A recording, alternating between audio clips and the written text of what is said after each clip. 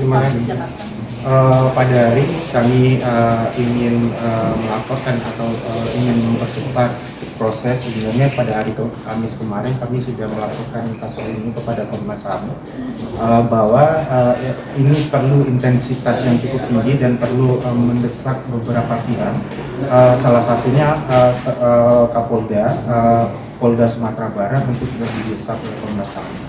Selain itu diperlukan jangkauan negara untuk melihat kasus ini, salah satunya Komnas HAM, di mana untuk bisa pertama untuk melindungi korban atau saksi. Yang kedua untuk mencari data pembanding dan juga melakukan investigasi yang lebih dalam, karena kami sudah ada sedikit kendala di dalam pengumpulan data karena ada beberapa saksi atau korban yang tidak mau bertemu lagi dengan pihak LBH Padang karena mungkin kami menduga ini ada proses-proses yang intimidasi dan lain-lain. Tentu hal ini diperlukan Komnas HAM untuk turun untuk melakukan memverifikasi data-data yang lainnya. Mungkin.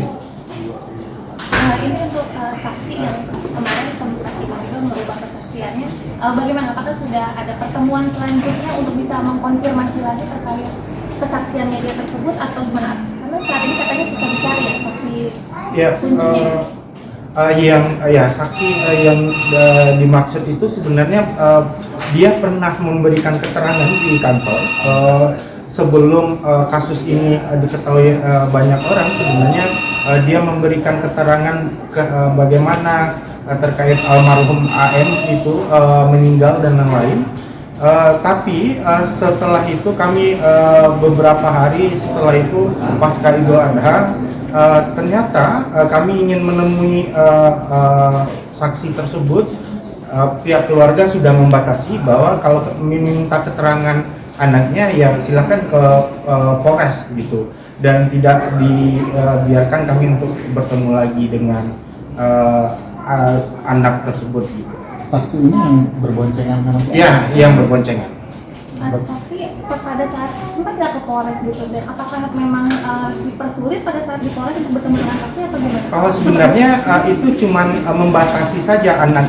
Kan kita membutuhkan saksi ini untuk memberikan keterangan lanjutan, padahal saksi itu di rumah dan keterangan yang dimaksud adalah keterangan yang sudah disampaikan kepada pihak Polres di dalam bentuk BAP atau BAW gitu. Sudah ini kan beragam intimidasi yang sudah mulai datang ya kepada korban.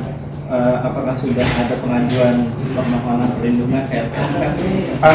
Ya kemarin sebenarnya di hari Senin kemarin kami mengadakan rapat kementerian dan lembaga di mana terkait soal bagaimana pengamanan terkait soal korban maupun saksi, dan ini lagi diupayakan bagi LPSK. Sebenarnya untuk mempercepat itu kami ingin datang ke kantornya besok untuk supaya langsung komitmen untuk menangani korban, karena syaratnya kan harus ada LP laporan polisi. Kami sudah ada laporan polisi dan ini harus dikembangkan, saksi-saksi harus dilindungi juga dan keluarga korban harus dilindungi juga gitu. Bang Diki, itu kan yang ditangkap kemarin 18 orang ya, yang ada surat kuasanya ke LBH berapa? Nah sekarang masih 2, tapi keterangan yang sudah kami dapatkan sudah ada 8 orang, tapi yang masih yang sudah bersedia untuk memberikan kuasa kepada LBH Padang 2 orang. 2 atas nama siapa?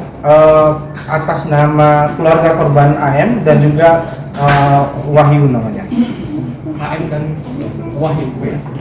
Kalau yang A gitu? Iya, keluarganya.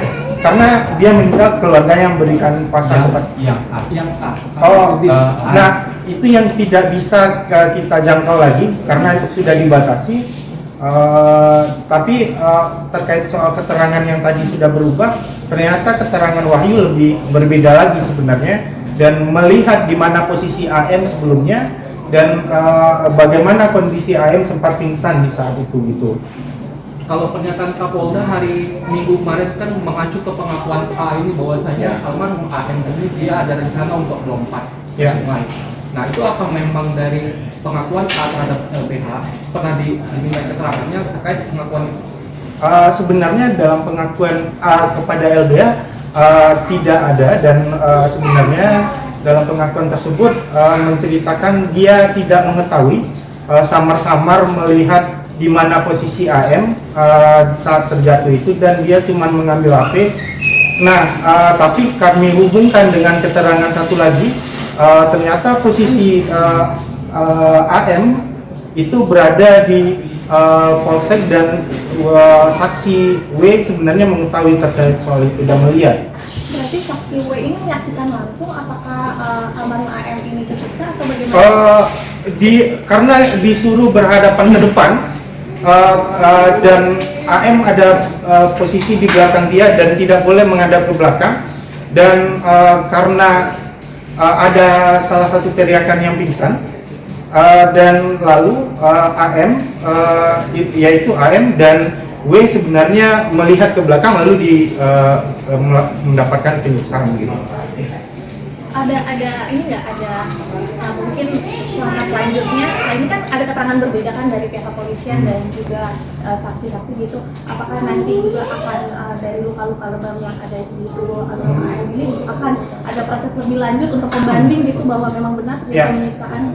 Tentunya kami akan terus mencari second opinion dan juga dokter forensik hal ini, karena menurut kami ini yang perlu dilakukan untuk bagaimana luka seperti ini, apakah memang seperti harusnya Komnas HAM mendatangi satu-satu korban, mendatangi satu-satu saksi dan mencari informasi dan melakukan investigasi dan menjadikan data investigasi itu data pembanding dari Komnas HAM untuk diadu charge dengan data yang dikumpulkan oleh Polda hari ini. Kalau misalnya meminta keterangan ke Polda, tentunya keterangannya akan seperti itu aja gitu, dan harapannya ke sana sebenarnya bahwa Komnas HAM, kenapa kami kesini mendesak Komnas HAM RI untuk membentuk tim investigasi dan memberi perlindungan kepada korban dan saksi yang terjadi di saat penyiksaan tersebut. Nanti tadi untuk dialog di dalam akan dibentuk tim investigasi atau gimana? Ya, kesepakatannya akan dibentuk tim tersebut dan juga akan diberikan perlindungan. Tapi apakah dalam waktu dekat, ini yang kita tunggu gitu. Akan ada rencana laporan ke LPSK juga nggak untuk khusus perlindungan saksi dan korban? Kalau ke LPSK kemarin di rapat kemarin dia sudah oke, dan kita akan mendatangi besok, hari Rabu besok, untuk bertemu secara langsung agar ada tindakan yang lebih cepat dan untuk bagaimana upaya untuk perlindungan saksi dan korban ini tidak dapat diintimidasi ke depan hari gitu.